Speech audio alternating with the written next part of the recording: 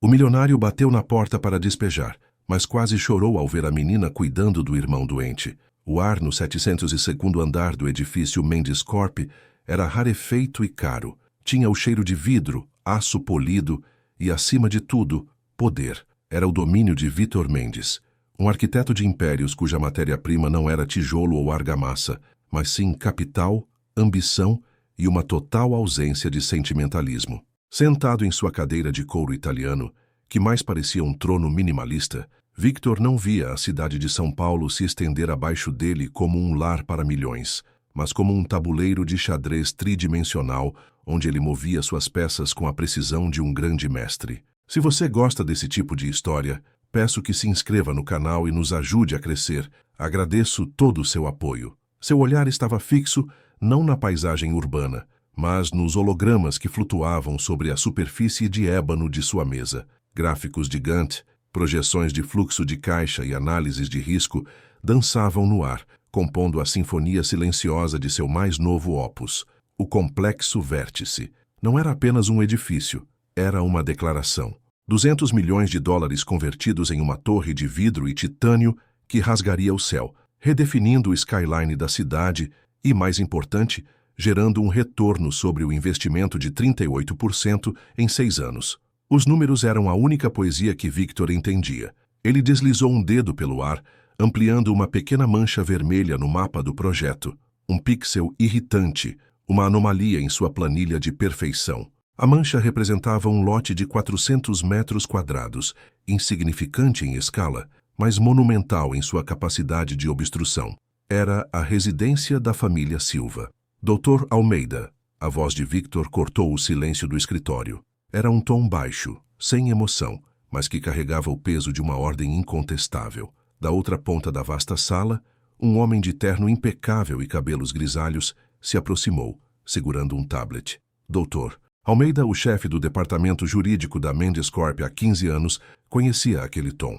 Era o som que precedia a erradicação de um problema. Senhor Mendes, o status da notificação extrajudicial 78B. Relate. Almeida pigarreou, um tique nervoso que nunca conseguira eliminar na presença do chefe.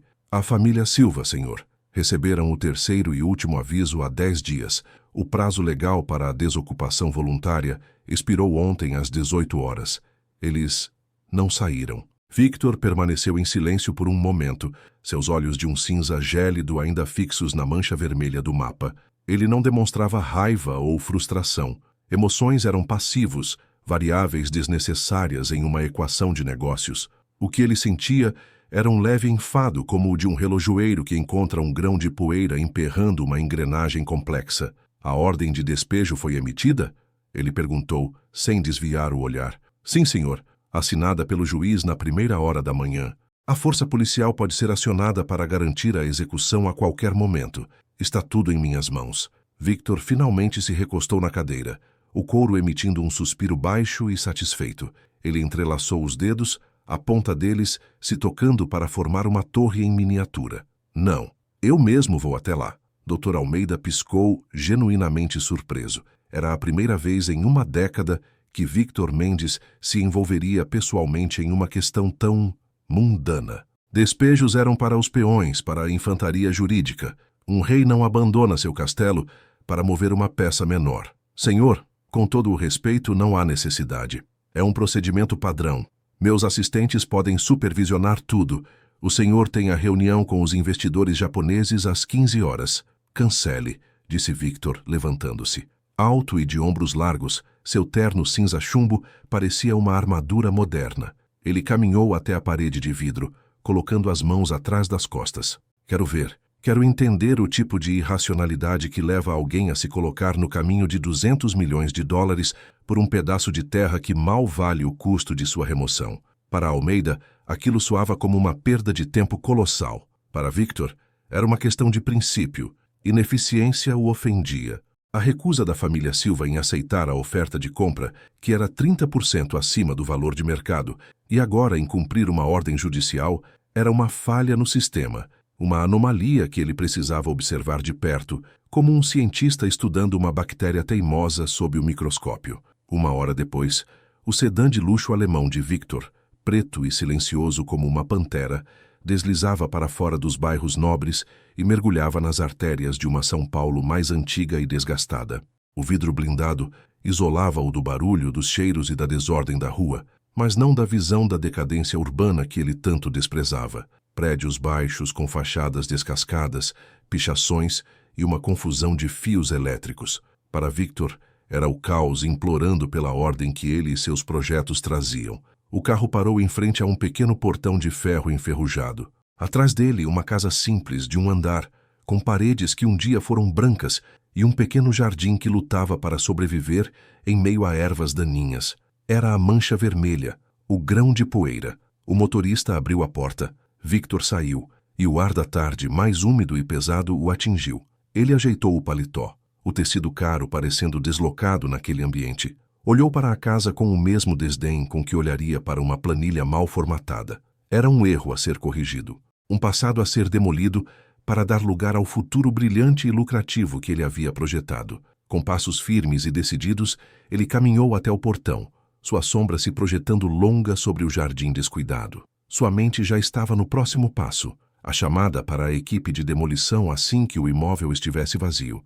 Ele não veio negociar.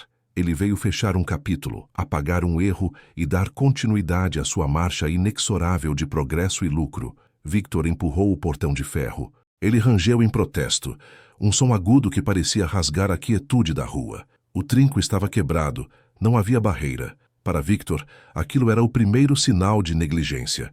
Um ativo desprotegido é um ativo sem valor. Ele atravessou o caminho de cimento rachado, onde o mato teimava em crescer pelas fendas, e parou diante da porta de madeira desbotada. Não havia campainha. Ele ergueu a mão e bateu com os nós dos dedos 2 vezes.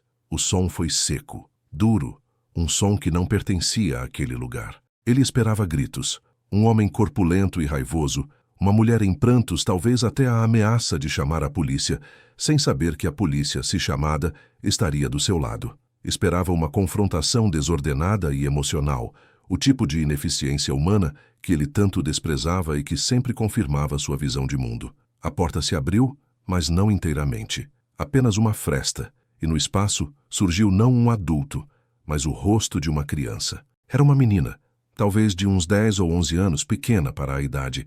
Tinha cabelos castanhos longos presos num rabo de cavalo frouxo e a pele pálida. Mas foram os olhos que detiveram Victor. Eram de um castanho escuro e sério, e não continham a centelha de curiosidade ou o medo que se esperaria de uma criança diante de um estranho imponente. Havia neles uma gravidade antiga, um cansaço que não pertencia à sua idade. Pois não, a voz dela foi baixa, quase um sussurro, mas firme. A formalidade inesperada o desarmou por uma fração de segundo.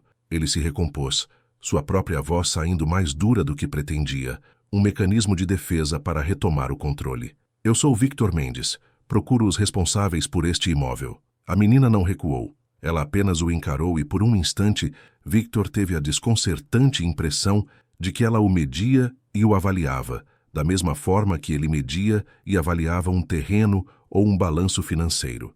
Meus pais não estão, ela respondeu. Eu sou Sofia. Sofia, repetiu ele, o nome soando estranho em sua boca. Escute, Sofia. Esta propriedade agora pertence a Mendes Corp. Vocês receberam as notificações. O prazo para a desocupação terminou. Vocês precisam sair. Ele esperava que a menção da palavra desocupação desencadeasse as lágrimas, o pânico. Em vez disso, a expressão de Sofia se tornou ainda mais exausta. Ela suspirou, um som pequeno e pesado. Eu sei quem o senhor é. A gente recebeu os papéis. Ela então olhou por cima do ombro para dentro da casa escura. O senhor pode, por favor, não gritar. Meu irmão está tentando dormir. Ele não pode se agitar. Aquele pedido, feito com uma simplicidade tão direta, foi a segunda rachadura em sua armadura de certezas. Ela não estava defendendo a casa. Estava defendendo o irmão. Antes que ele pudesse formular uma resposta, ela abriu mais a porta. Entra, mas por favor, em silêncio. Hesitante pela primeira vez naquele dia, Victor cruzou o umbral. O interior da casa era escuro, com as cortinas quase todas fechadas. Cheirava a uma mistura de guardado, produtos de limpeza e algo mais. Um odor clínico, antisséptico, que ele não conseguiu identificar de imediato. A sala era pequena, Os móveis escassos e gastos pelo tempo. Uma poltrona com o tecido puído, uma estante com poucos livros e alguns bibelôs de porcelana, um tapete desbotado. Havia pobreza ali, mas também uma limpeza meticulosa, uma ordem que lutava contra o desgaste. E no centro da sala, onde deveria haver uma mesa de centro, havia uma cama improvisada, montada sobre o sofá. Nela, deitado sob um cobertor fino, estava um menino. Ele era ainda menor que Sofia, terrivelmente pálido, com olheiras escuras e profundas sob os olhos fechados. Ao lado do sofá, uma pequena mesa de cabeceira estava coberta de caixas de remédios, um copo d'água e um aparelho pequeno que emitia um zumbido baixo e constante e tinha um visor com números verdes. Victor parou, subitamente consciente de sua própria presença ali, grande, escura e intrusiva.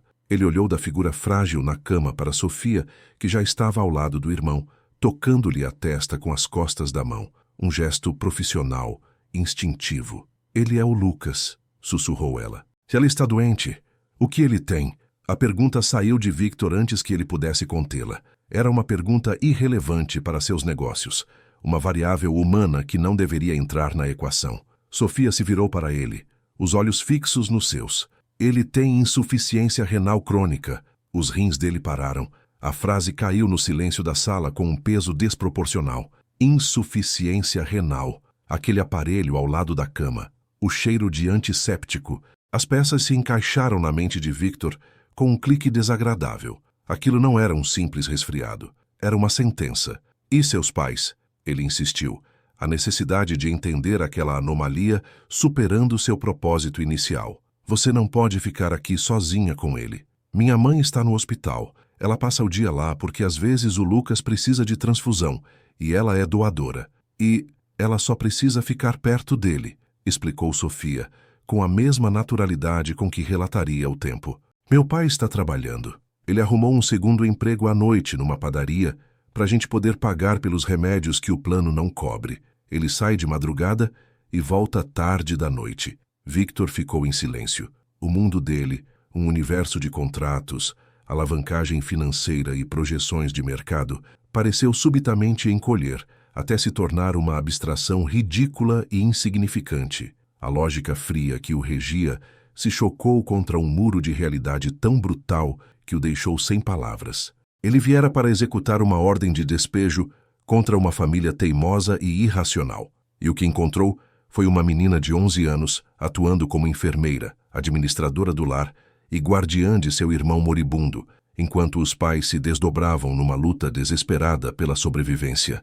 Ele observou Sofia pegar uma cartela de comprimidos, destacar um com precisão, consultar um despertador antigo na estante e colocar o remédio num pequeno copo para macerá-lo. Seus movimentos eram econômicos, experientes. Ela era uma criança executando tarefas de um adulto com uma competência que o assustava. De repente, um alarme suave soou do aparelho ao lado de Lucas. Bip, bip, bip. Sofia não se assustou. Moveu-se rapidamente, apertou um botão para silenciar o som e verificou os números no visor. O menino na cama se mexeu, soltando um gemido baixo. Shhh, Lu, tá tudo bem. Ela sussurrou, ajeitando o travesseiro dele. Foi só o alarme. Volta a dormir. O menino se acalmou com o som da voz dela. Victor permaneceu imóvel perto da porta, um gigante de terno caro completamente impotente e fora de lugar.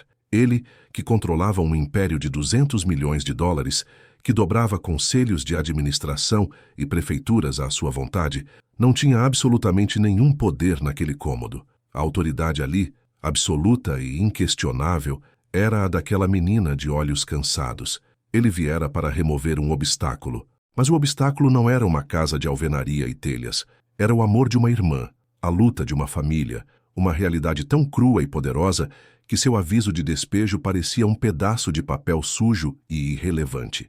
A quebra de expectativa não foi apenas sobre não encontrar resistência. Foi sobre encontrar em seu lugar uma forma de força que ele nunca havia conhecido e para a qual não tinha nenhuma defesa. O tempo dentro daquela sala pequena e escura parecia ter sua própria densidade. Para Victor, acostumado a um cronograma fracionado em blocos de 6 minutos, cada segundo ali se estendia. pesado e cheio de um silêncio que gritava mais alto que qualquer alarme de incêndio em sua torre corporativa. Ele permaneceu perto da porta, um espectro de um mundo diferente, enquanto Sofia terminava de cuidar do irmão. Seus gestos eram um balé silencioso de eficiência e carinho, uma combinação que a mente analítica de Victor lutava para processar. Ele deveria ir embora. Deveria dar meia volta, entrar em seu carro com ar-condicionado, ligar para o Dr. Almeida e dizer: "O problema é mais complexo. Adie a execução." Essa era a jogada lógica, a manobra de um estrategista que encontra um campo minado e recua para reavaliar. Mas seus pés, calçados em sapatos de couro de R$ 4.000, pareciam cravados no chão de cimento gasto. Ir embora significaria deixar aquela menina, aquela criança, com ombros sobrecarregados, sozinha para enfrentar a noite. E pela primeira vez em sua vida adulta, a lógica fria do negócio foi desafiada por um impulso que ele mal reconhecia, uma pontada aguda, quase dolorosa, de responsabilidade humana. Sofia, tendo se certificado de que Lucas estava estável, virou-se para ele. A exaustão em seu rosto era agora mais visível sob a luz fraca que entrava pela fresta da cortina. "O senhor ainda está aí", ela constatou sem acusação. "O senhor não vai chamar a polícia para tirar a gente, vai?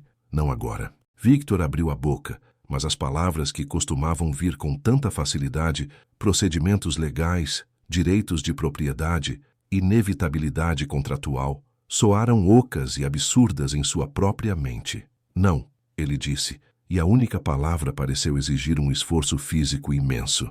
"Não hoje." Ele tirou o celular do bolso.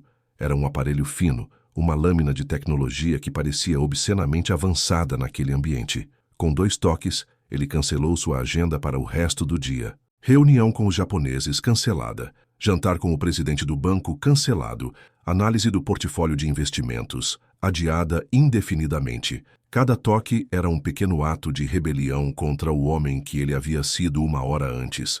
"Onde está o telefone da casa?" ele perguntou a Sofia. Ela apontou para um aparelho amarelado sobre uma mesinha no canto. Ele caminhou até lá, o som de seus sapatos no piso sendo a única coisa que quebrava o silêncio. Ele ligou para o Dr. Almeida. "Almeida." Sua voz era baixa, controlada. "A operação no lote 78B está suspensa." Houve um silêncio do outro lado da linha. Victor podia imaginar a confusão no rosto de seu advogado. "Suspensa, senhor? Há algum problema legal?" "Apenas suspenda. Não quero nenhuma movimentação no local, nenhuma ligação, nenhuma visita. Cancele a ordem de execução. Entendido?" Sim, senhor. Mas e os investidores?" O cronograma agora é meu", Victor cortou. "E eu estou ocupado." Ele desligou sem esperar resposta. Ao se virar, viu Sofia observando-o, seus olhos grandes e sérios tentando decifrá-lo. "Seu pai, ele tem um número de celular?" Victor perguntou. "Tem, mas ele não pode atender no trabalho. Na fábrica é proibido. E na padaria ele só tem um intervalo, bem tarde." "E sua mãe?" "O celular dela está sem bateria. Ela só liga do hospital quando precisa de alguma coisa urgente." A ilha de isolamento em que aquelas crianças viviam era quase absoluta. Victor sentiu uma onda de frio que não vinha da temperatura do ambiente.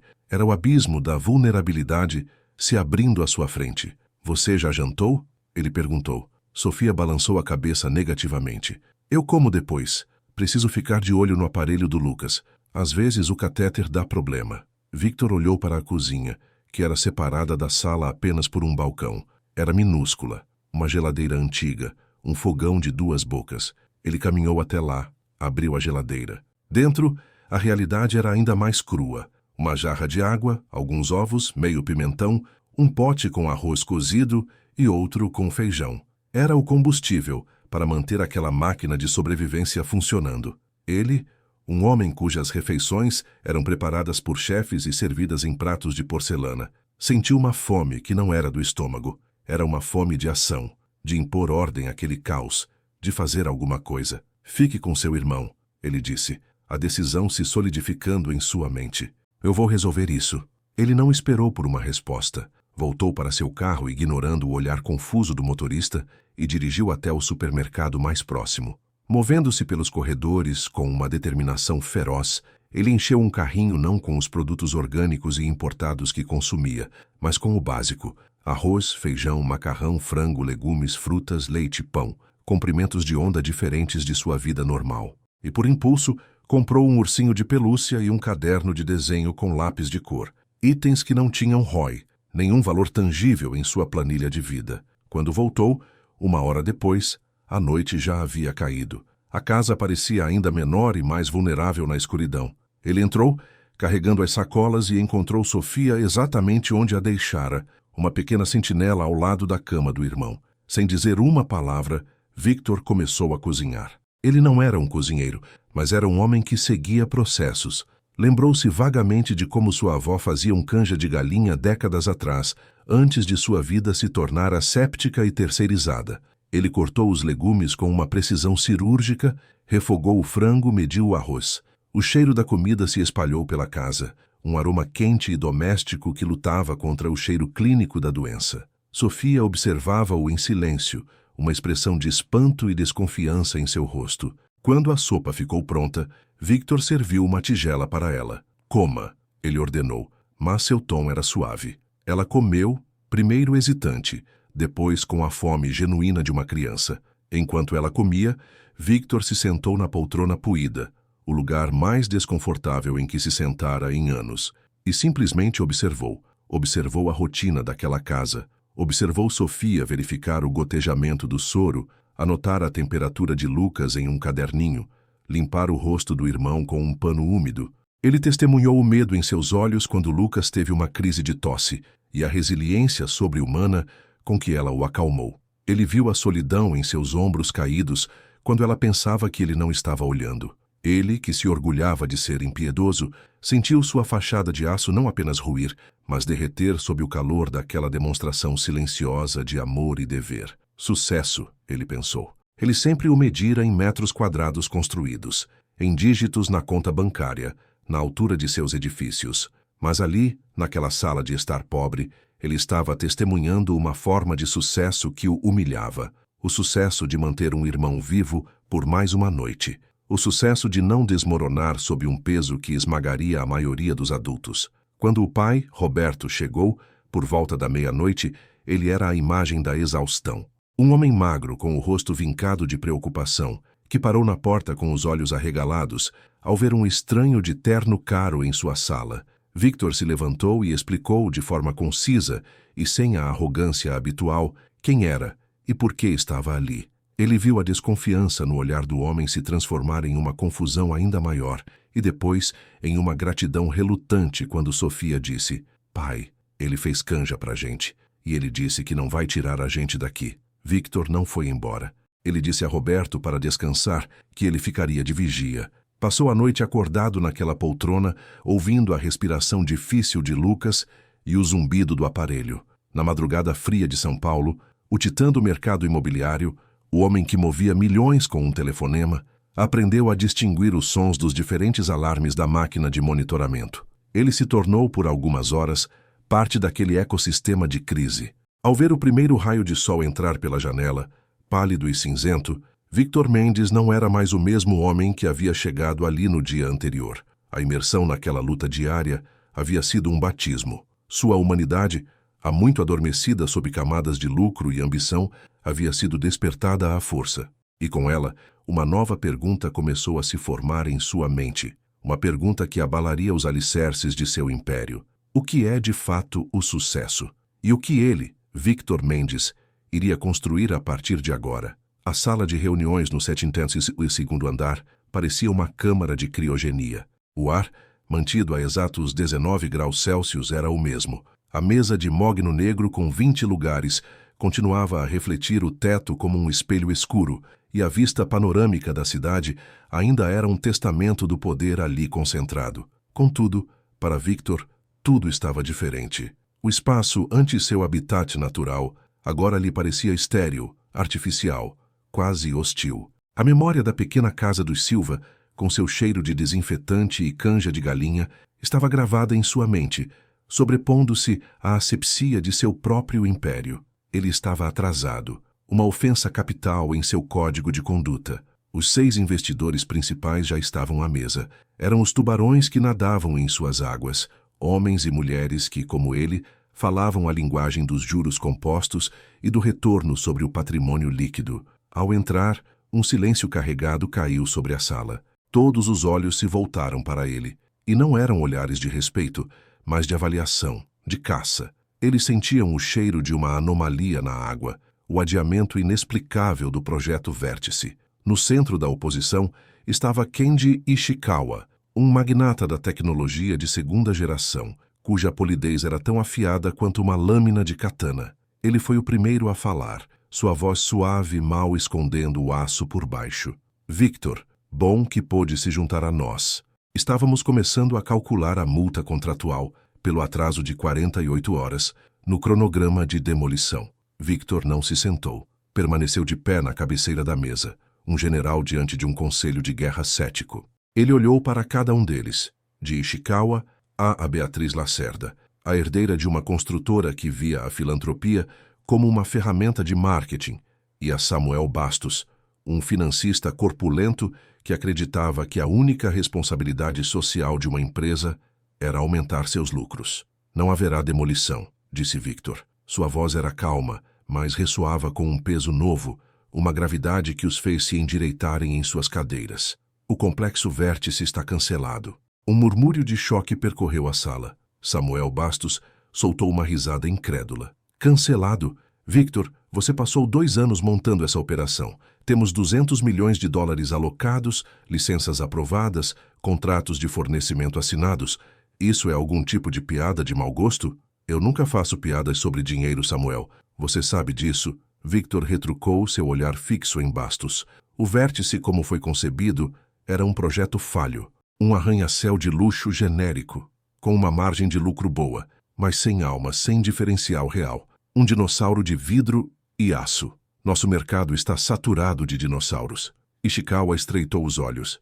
O que você está propondo, então? Que simplesmente absorvamos milhões em perdas e encerremos o dia? Você bateu a cabeça, Mendes? Victor ativou o projetor holográfico da mesa. Mas em vez das plantas e projeções financeiras do Vértice, o que surgiu no ar foi uma tela em branco. Eu não estou propondo um prejuízo, estou propondo uma evolução.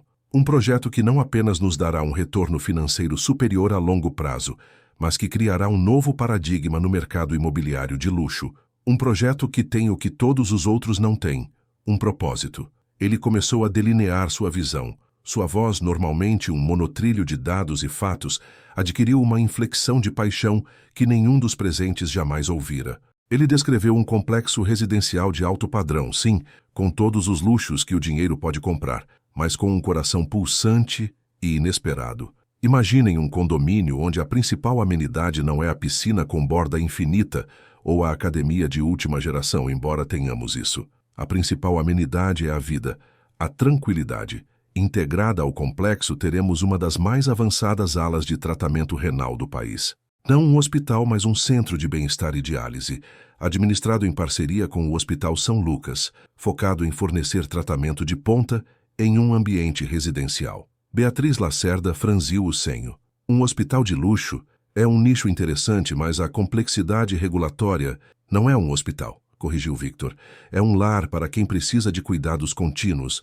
Pensem no nosso público-alvo. Quantos milionários e bilionários não têm em suas famílias alguém, um pai idoso, um parente, sofrendo de doenças crônicas? Nós não venderemos apartamentos, venderemos paz de espírito, venderemos a certeza de que seus entes queridos terão o melhor cuidado possível a poucos passos de casa, sem a frieza de um ambiente hospitalar.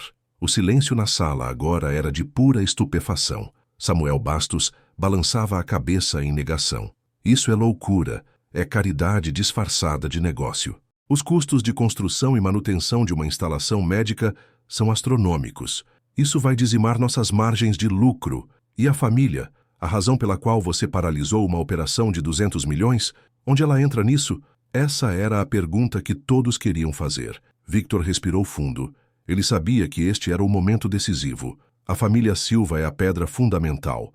O paciente zero, se quiserem. Ele disse, olhando diretamente para Bastos. O pai, Roberto Silva, tem uma integridade e uma ética de trabalho que eu raramente vi. Ele será treinado para um cargo na administração do condomínio. A família receberá um apartamento na ala residencial. E o filho, Lucas será o primeiro paciente a ser tratado em nosso centro sem custo. Um caos de objeções explodiu. Filantropia. Absurdo. Você está arriscando nosso dinheiro por sentimentalismo. Ishikawa levantou a mão, silenciando os outros. Seus olhos eram fendas de gelo. Victor, vou ser direto. O que aconteceu com você naquele terreno? Você foi lá para remover um obstáculo e voltou como um messias. Nós investimos no Victor Mendes implacável, o tubarão que sempre entrega o lucro. Quem é você agora? Victor caminhou lentamente ao redor da mesa, sua presença dominando o ambiente. Eu sou o mesmo homem, ele disse, sua voz baixa e perigosa. O mesmo homem que entende que o maior risco não é inovar, é se tornar obsoleto. Vocês falam de sentimentalismo. Eu falo de branding. Eu falo de narrativa. Qual a história que o Complexo Vértice contaria? Mais um prédio para os ricos. Qual a história que este novo projeto, o residencial Novo Amanhecer, contará? Um lugar que cuida, um lugar que cura, um lar onde a vida é valorizada acima de tudo. Essa história, senhores, vende. Vende para um público que já tem tudo e que agora busca significado. Vende para a imprensa. Cria um legado. Ele parou diante de Bastos. Você vê um custo. Eu vejo um investimento em marketing de valor incalculável. A história da família Silva não será um segredo. Será nosso símbolo. A prova de que não estamos apenas empilhando tijolos, estamos construindo uma comunidade. E se der errado? Gritou Bastos. Se o centro médico for um ralo de dinheiro, se o público não comprar essa sua narrativa, aqui, Victor jogou sua cartada final, a aposta que definiria seu futuro. Eu confio tanto neste projeto que estou reestruturando minha participação. Vou aumentar meu investimento pessoal em 50%, comprando a parte de quem quiser sair agora. Garanto pessoalmente um retorno mínimo de 15% nos primeiros 5 anos. Eu assumo o risco, porque sei que não é um risco. É uma certeza. A sala ficou em silêncio absoluto. Aquilo era inédito. Victor Mendes não estava apenas propondo uma ideia, estava colocando sua própria fortuna na linha de fogo de uma forma que nunca fizera antes. Ele estava apostando tudo. A tensão era palpável. Os investidores se entreolhavam. A ganância lutava contra o medo. A lógica antiga contra a nova e audaciosa visão. Victor não quebrou o contato visual, seu olhar desafiando cada um deles a duvidar dele. Ele não estava pedindo permissão. Estava lhes dando uma última chance de embarcar em sua jornada. Finalmente foi Beatriz Lacerda quem quebrou o impasse. Um sorriso lento e calculado se formou em seus lábios.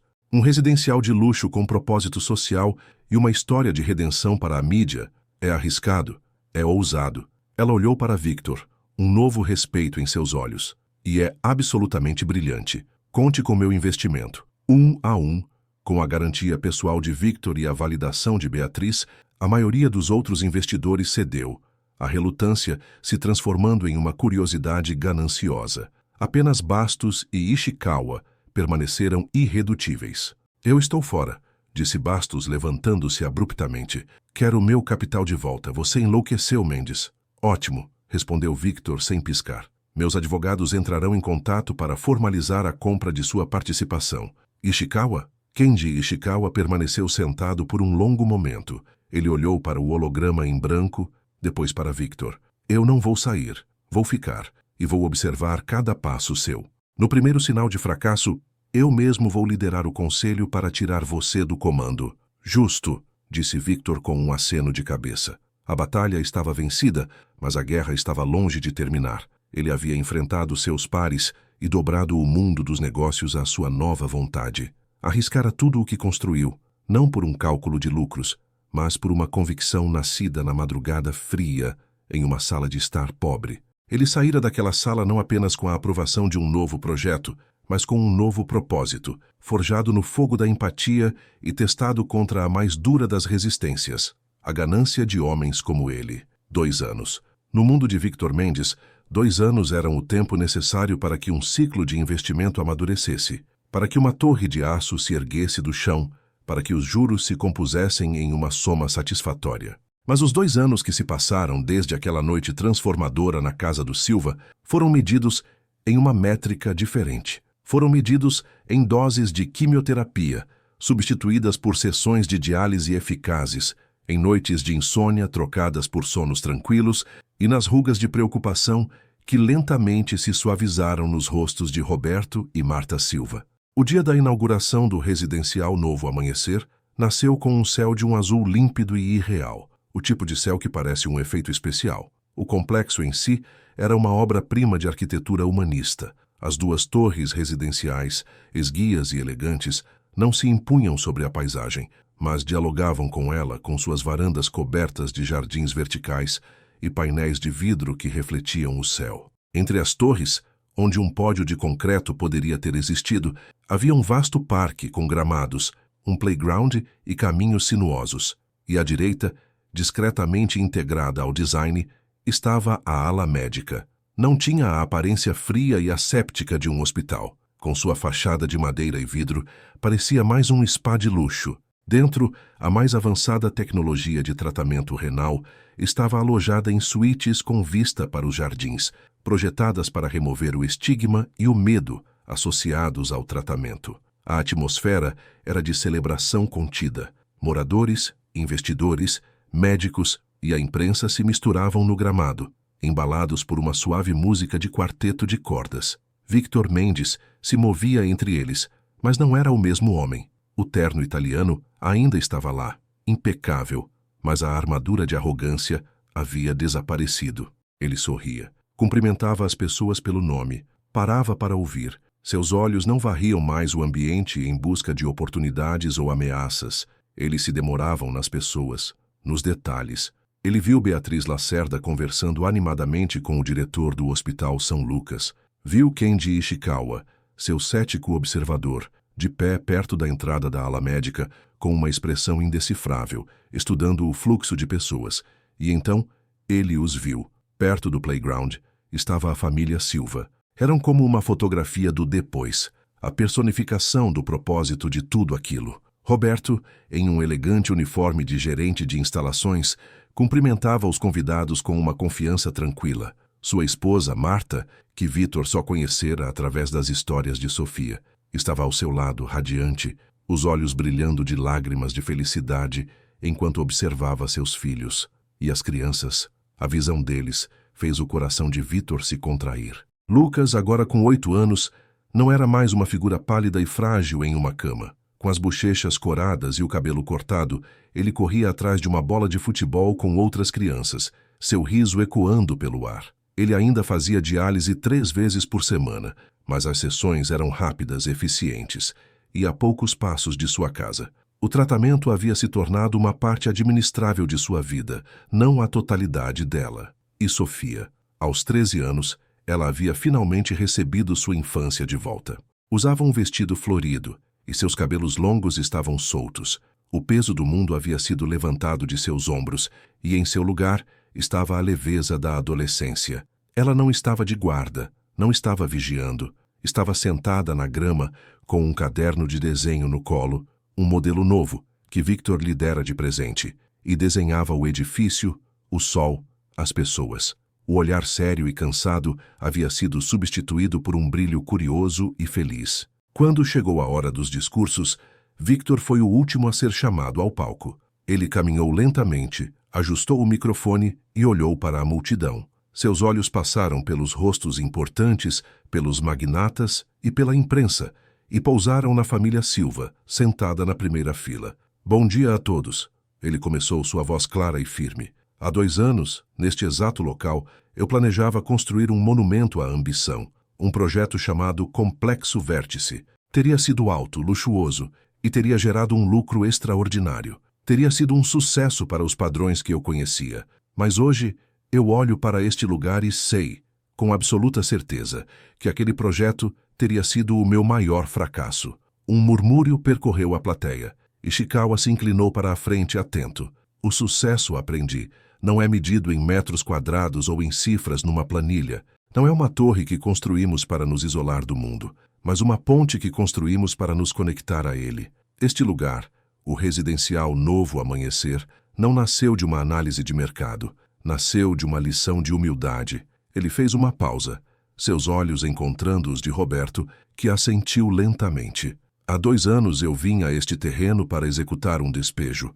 Eu vi a casa que estava aqui não como um lar, mas como um obstáculo. E dentro daquele obstáculo, encontrei uma família que me ensinou mais sobre valor, coragem e resiliência do que todos os meus anos no mundo dos negócios. Encontrei um pai trabalhando até a exaustão, uma mãe dedicando cada átomo de sua força e um menino lutando pela vida com uma bravura silenciosa. Seus olhos se fixaram em Sofia. Sua voz embargou por um momento, e eu encontrei uma menina de 11 anos que era uma gigante, uma criança que carregava o peso da responsabilidade de um adulto com uma graça e uma força que me envergonharam. Ela não estava apenas cuidando do irmão, ela estava gerenciando uma fortaleza de amor contra todas as probabilidades. Naquele dia, eu percebi que o verdadeiro arquiteto não era eu, com minhas plantas e meu capital. A verdadeira arquiteta deste sonho estava bem ali, construindo um alicerce de esperança onde eu só via um terreno a ser limpo. Sofia, obrigado. As lágrimas que Marta tentava conter agora corriam livremente por seu rosto. Sofia olhou para Victor, surpresa e emocionada, um leve rubor em suas bochechas. Portanto, concluiu Victor, sua voz ecoando com uma convicção apaixonada, este complexo é a nossa tentativa de honrar essa lição. É um lugar construído sobre a premissa de que o cuidado é o maior dos luxos e que a comunidade é nosso ativo mais valioso. Que o novo amanhecer não seja apenas um nome, mas uma promessa que renovamos todos os dias. A promessa de que é possível, sim, fazer negócios com alma e construir um futuro onde ninguém seja deixado para trás. Obrigado. O aplauso começou, hesitante no início, depois crescendo até se tornar uma onda de som que varreu o parque.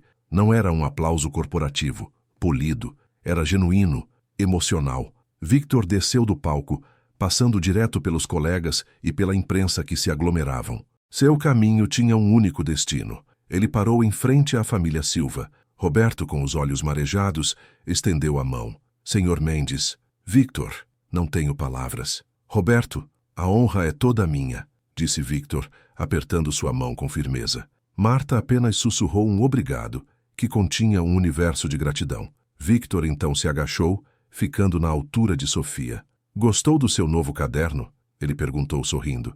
Ela assentiu tímida. Então, com um gesto decidido, ela virou o caderno e arrancou a folha que estava desenhando. Era o prédio, com o sol sorrindo sobre ele e 5 figuras de palito de mãos dadas na grama. 2 adultos e 2 crianças. E uma quinta figura, mais alta, um pouco afastada, mais conectada a eles por uma linha. Ela estendeu o desenho para ele. É para o senhor, ela disse, para não se esquecer. Victor pegou o papel com um cuidado que normalmente reservaria a um contrato de milhões de dólares. Ele olhou para o desenho simples, infantil, e sentiu uma onda de emoção tão forte que o deixou sem ar. Aquele pedaço de papel era seu verdadeiro balanço final, o atestado de seu sucesso mais profundo. Eu não vou me esquecer, Sofia, ele disse, sua voz rouca. Eu prometo. Ele se levantou segurando o desenho como um troféu. Ao longe, Lucas marcou um gol imaginário e correu em direção à irmã, rindo, puxando-a para brincar. Victor observou os dois correrem juntos na grama, sob o sol da tarde. Olhou para o desenho em sua mão, para a família unida e curada, e para o magnífico edifício que era um testemunho de sua própria redenção. Pela primeira vez, Victor Mendes não estava pensando no próximo projeto, no próximo lucro, na próxima conquista. Ele estava simplesmente ali, presente e em paz.